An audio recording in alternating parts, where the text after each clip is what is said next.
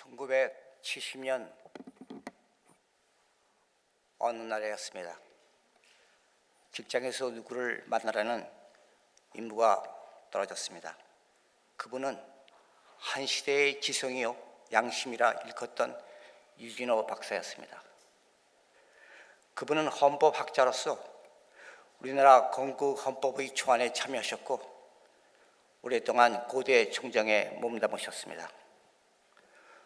노년에는 본의 아니게 집권 정부에 반대하는 정치에 잠시 휩싸기도 했으나 그 정치 소용돌이에서 발을 빼신 후 야인으로 조용히 집에서 일상을 보내고 계셨습니다.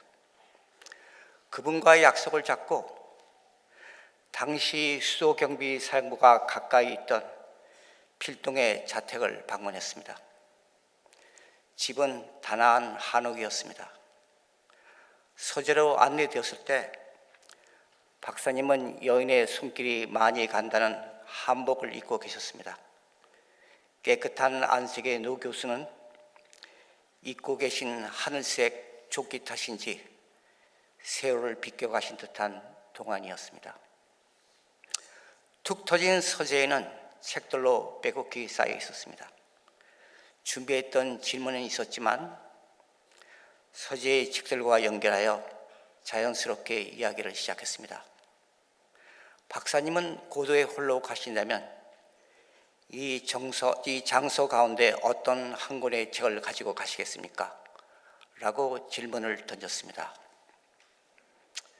다소 의례적인 질문일 수도 있었으나 박사님은 선뜻 나는 그런 상황이라면 요한복음을 가지고 가겠다고 예상예로 답하셨습니다. 사실 응답하신 이유는 50년이라는 세월이 지난 오늘날 저는 거의 기억하지 못합니다. 아마도 제가 당시 믿음의 사람이 아니라 들을 귀가 없기 때문이 아닌가 생각합니다.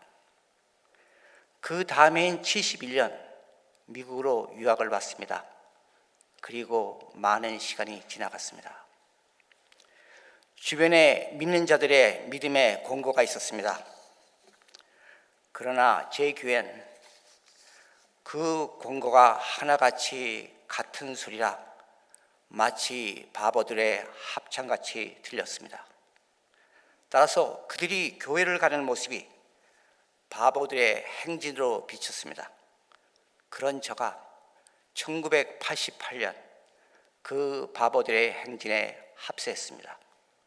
더욱이 60세가 거의 다 된 무렵인 2000년 미국의 한 신학교의 문을 두들겼습니다. 신학교에서 사복음서 중 요한복음을 공부할 때였습니다. 저는 불현 유진호 박사가 고도에 왜 요한복음을 가지고 가시겠다고 언급했는가를 깨닫기 시작했습니다. 사복음서 중 마태, 마가, 누가는 예수의 생애와 사역에 관한 기록이 보통 절반 이상 중복되어 있습니다. 특히 마가의 경우에는 93%가 중복되어 있습니다. 따라서 이 세 복음서가 중복됐다고 하여 다시 말하여 관점을 공유했다고 하여 공간복음이라고 부릅니다. 이에 반해 요한복음은 내용면에서 공간복음과의 중복이 8% 미만으로 요한복음만이 가지고 있는 분명한 독자성을 가지고 있습니다. 더욱 사복음서는 쓴 목적들이 다 다른데 요한복음의 경우 쓴 목적이 예수가 하나님이심을 증언하는데 역점을 두고 있습니다. 물론 마태, 마가, 누가도 예수의 신성을 여기저기에서 나타내고 있습니다. 그 예로 마태와 누가가 기록되고 있는 역사상 가장 중대한 질문이라고 하는 너희는 나를 누구라고 하느냐 하는 물음도 사실상 예수의 신성을 주제로 삼고 있습니다. 그런데 요한복음은 부분적이 아닌 첫 장부터 끝장까지 전체적으로 예수가 하나님을 외치고 있습니다. 우리가 잘 아는 나는 길이요 진리요 생이다 이라는 말씀을 영어로 I am the way and the truth and the life 라고 말합니다. 이때 나는 길이요의 첫 부분인 나는은 영어로 I am 이라는 구문의 형식을 취하고 있습니다. 요한복음에 나는 길이요 라는 말씀 위에 이 I am이란 구문의 형식으로 시작하는 말씀이 모두 7가지가 있습니다. 이것은 아주 유명한 7 I am이라고도 합니다. 예를 들면 나는 생명의 빵이다. I am the bread of life. 나는 세상의 빛이다. I am the life of the world 등이 있는데 이런 I am이라는 형식을 취한 이면에는 요한의 뚜렷한 의도성이 있습니다. 왜냐? 하나님이 호렙산 떨기나무 가운데 모세를 부르실 때 모세가 하나님께 이름이 무엇이냐고 물었습니다. 그때 하나님이 나는 곧 나다, 즉 영어로 표현하면 I am who I am 이라고 답하셨습니다. 이 I am은 그 이후로 하나님의 이름의 대명사가 됐습니다. 이해를 돕기 위해 시간을 좀 과거로 돌리겠습니다. 지금과는 달리 옛날 한옥집에는 안채로 들어서기 전 중문이라는 것이 있었습니다. 당시는 초인종이었기 때문에 문을 열라고 대문 밖에서 소리치면 중문을 열고 누구세요? 라고 신원을 확인합니다. 그때 뭐라고 답합니까? 만약 집주인이면 나다, 즉 I am으로 대답합니다. 마찬가지로 하나님도 모세로부터 신원을 밝히실 것을 주문받으셨을 때 천지 창조의 주인으로 당연히 나는 곧 나다, 다시 말해 I am으로 답하신 것입니다. 따라서 이 천지의 주인이신 하나님 외에 I am, 즉 나다라고 말할 수 있는 존재는 아무도 없습니다. 요한복음이 하나님의 이름 The Eternal I am을 7가지로 확대 사용한 의도가 바로 여기에 있습니다. 다시 말해 요한이 하나님의 이름 I am이라는 구문의 형식을 이용하여 예수가 바로 만유의 주인이신 하나님이라는 사실을 역설하고 있는 것입니다. 예수의 신성과 관련 요한복음에 많은 증언이 있지만 한 가지 사실에 더 주목하시기 바랍니다. 마태, 마가, 누가는 공간복음의 주님의 이야기를 시간이란 역사적 배경 속에서 시작합니다. 예를 들면 마태는 예수님의 이야기를 아브라함의 자손이요 라는 족보로부터 풀기 시작하고, 마가는 주님의 이야기를 세리제 요한의 이사야 선지의 말씀을 인용 선포함으로 시작하며, 누가는 주님의 이야기를 세례 요한의 출생의 예고로부터 시작합니다. 이처럼 공간복음은 모두 주님의 이야기를 역사 속의 배경으로부터 시작합니다. 이유는 주님이 허상이 아닌 역사 속에 한때 살아서 숨쉬고 있었던 실존 인물임을 강조하기 때문입니다. 이에 반해 요한은 주님의 이야기를 태초에 말씀이 계셨다로 출발합니다. 이것은 주님의 실존이 역사라는 배경에 시간이라는 한계 상황에 묶고 놓을 수 없는 영원 저편에 계셨음을 말하고 있는 것입니다. 이런 것은 누구만이 가능합니까? 유한한 존재인 인간은 가능한가요? 주님이 시간을 넘어 현존함은 그분이 바로 하나님이시기 때문입니다. 따라서 요한은 요한복음을 쓴 궁극적 목적이 예수가 하나님이심을 밝히는 것이라고 요한복음 20장 31절에서 선언하고 있습니다. 예수의 신성인 사실이 왜 이렇게 중대한가요? 아이러니하게도 역사 속에서 예수의 신성을 부인하는 소리가 많았습니다. 그러나 그분은 누가 뭐래도 하나님이셨습니다. 그런 주님이 왜 구태여 인성을 입으셨습니까? 일부 학자는 신학적으로 이것을 신성이 인성을 침공했다, 영어로 인베이드 했다고 합니다. 신성이 인성을 침공한 상황을 성육신, 즉 인카네이션이라고 말합니다. 따라서 예수는 두 성품인 인성과 신성을 동시에 가지고 있습니다. 이것은 아주 중대한 개념입니다. 이 사실을 성경은 어떻게 조명하고 있습니까? 골로새서 2장 9절은 신성이 육체 안에 거한다는 이 사실을 영어로 표현하여 He is God in body form 이라고 그리고 있습니다. 다시 말해 그분은 완전한 하나님이시고 그분은 완전한 인간이시다라는 말씀입니다. 그렇다면 거듭되는 질문인데 무엇 때문에 신성인 주님이 그렇게 인성을 필요로 했습니까? 예수의 이름을 길게 주 예수 그리스도라고 명합니다. 주란 신성의 이름을 말하고 예수란 인성의 이름을 가리키며 그리스도란 그분의 타이틀인 사역의 이름을 말합니다. 그리스도란 사역의 이름이 왜 주님이 인성을 필요한지에 대한 답의 실마리를 가지고 있습니다.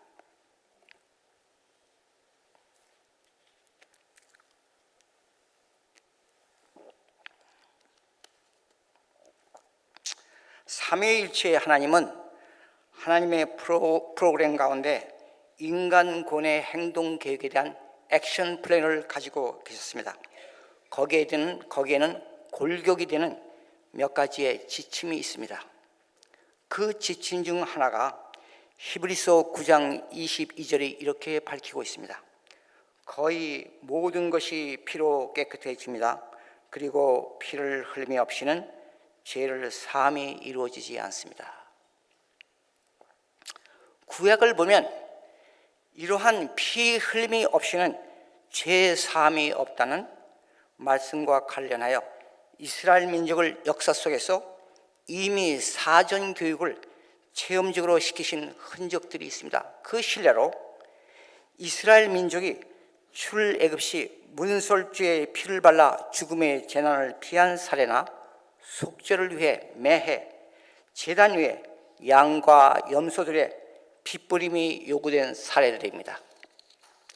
만약 예수가 인성이 부재한 신성인 영적인 존재로만 있었다면 어떻게 피 흘림의 속죄 사역을 감당할 수 있겠습니까? 영적인 존재는 피를 흘릴 수 없습니다. 피 흘림이 없이는 십자가도 없고 십자가 없이는 구원도 없습니다. 여기에서 우리는 주님이 십자가의 죽음으로 완성하신 구원 사역의 밑바탕에는 그분의 인성이 기초했다는 사실을 깨닫게 됩니다.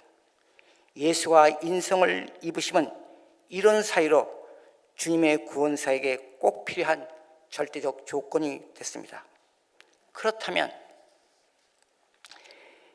이와 같이 신성이 인성과 함께 한 인격체 안에 공존할 수 있도록 하나님의 섭리 역사가 어떻게 이루어졌겠습니까?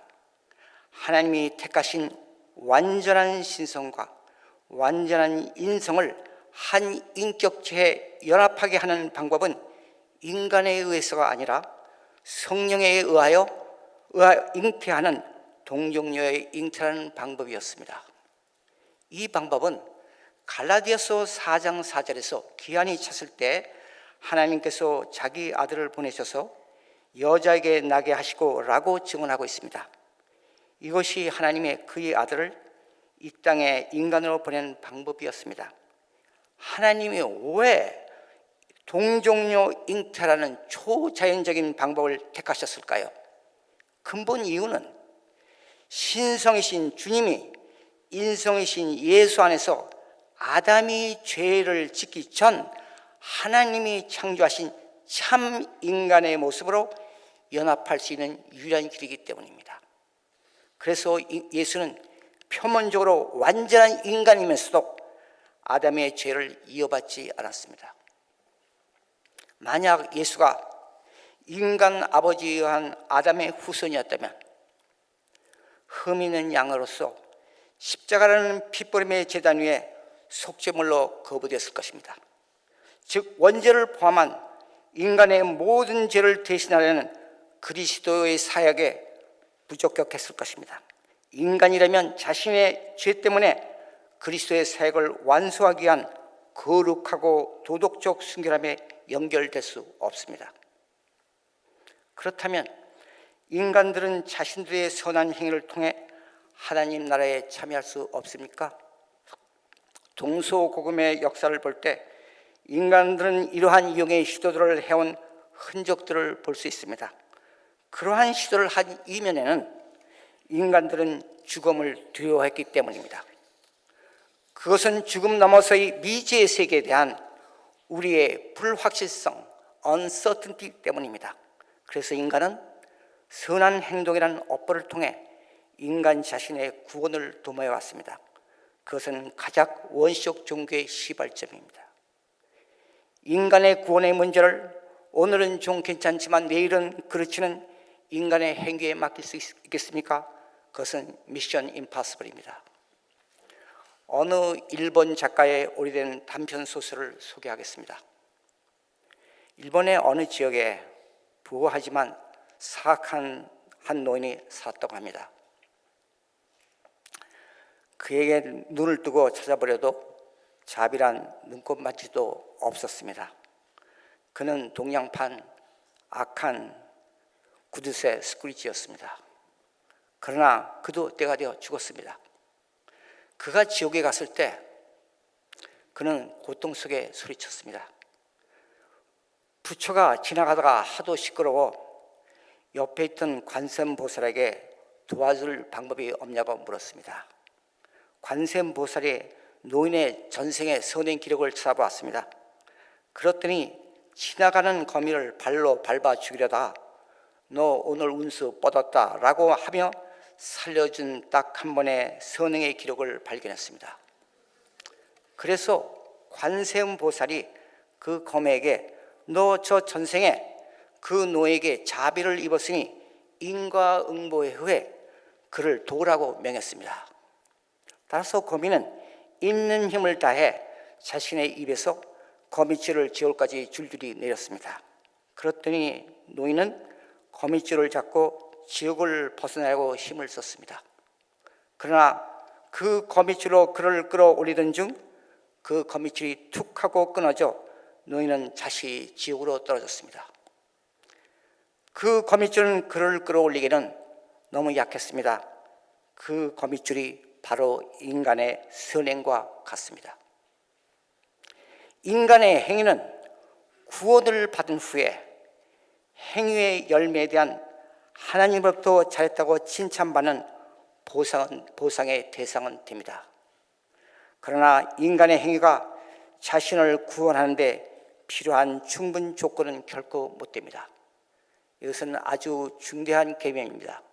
다시 한번 제가 부연 설명하겠습니다. 행위는 굉장히 중요한 문제입니다. 그러나 그것은 구원받은 후에 once you are saved, then 그것은 중요한 문제입니다. 그때 그것은 칭찬의 대상이 됩니다. 하나님의 그러한 열매를 보고 기뻐하십니다. 성경은 그걸 가지고 하나님이 영광 받으셨다고 표현하고 있습니다. 그러나 before you are saved, 당신의 구원의 문제는 당신의 행위로 결코 이루어질 수 없습니다. 이것은 굉장히 중대한 개념입니다. 그래서 제가 다시 한번 부연 설명합니다.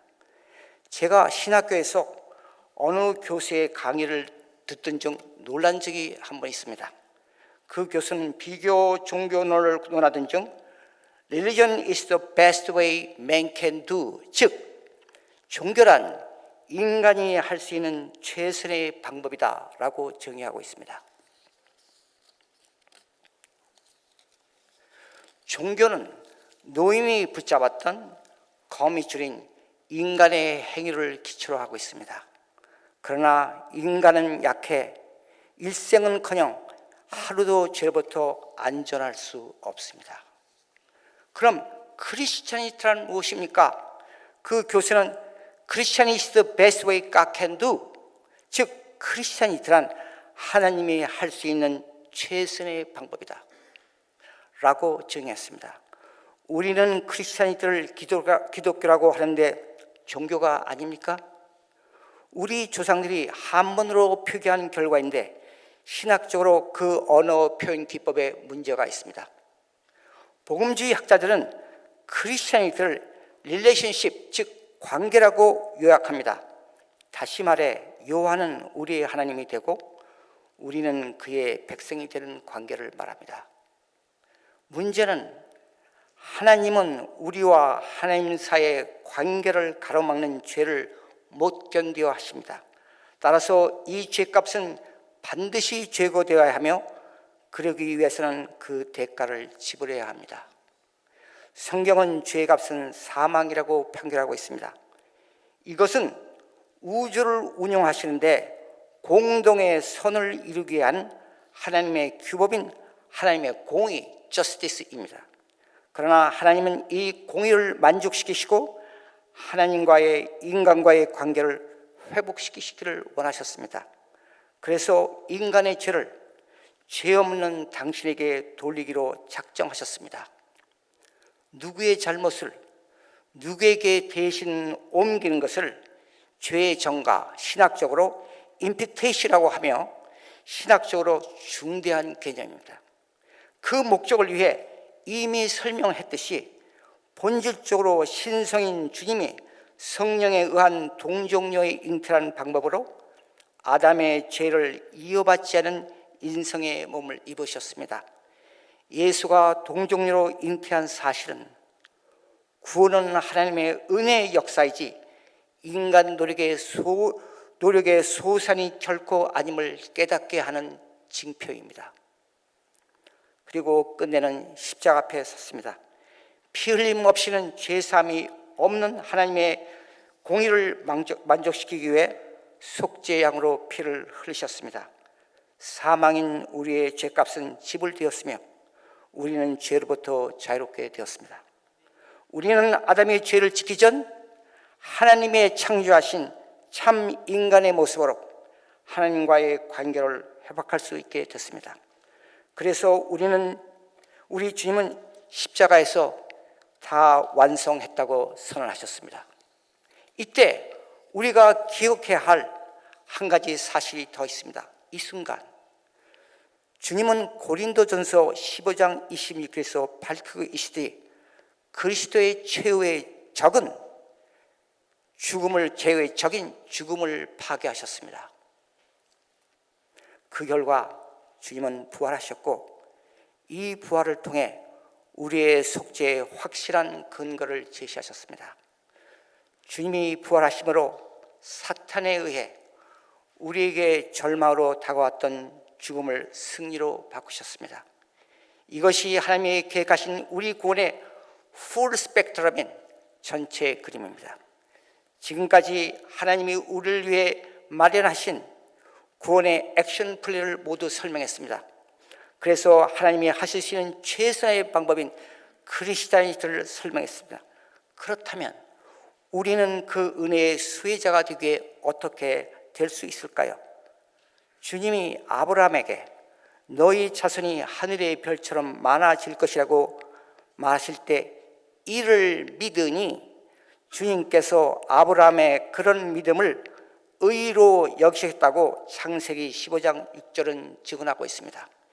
이와 같이 우리는 행위로 의롭다고 의롭다고 칭함을 받는 것이 아니라 믿음으로 의롭다고 칭함을 받습니다. 중대한 사실은 의롭지 못하면 구원을 받지 못합니다. 왜냐고요? 하나님은 의롭지 못한 죄인과는 관계를 가질 수 없기 때문입니다. 그렇습니다. 로마서 1장 17절의 말씀처럼 의인은 믿음으로 살 것입니다. 그래서 에베소서 2장 6절은 여러분은 믿음을 통하여 은혜로 구원을 얻었습니다라고 밝히고 있습니다. 지금도 예수께서 우리에게 물으십니다. 그러면 너희는 나를 누구라고 하느냐? 우리는 기뻐하며 베드로와 같이 답합니다. 선생님은 살아계신 하나님의 아들 그리스도이십니다. 아멘. 기도하겠습니다.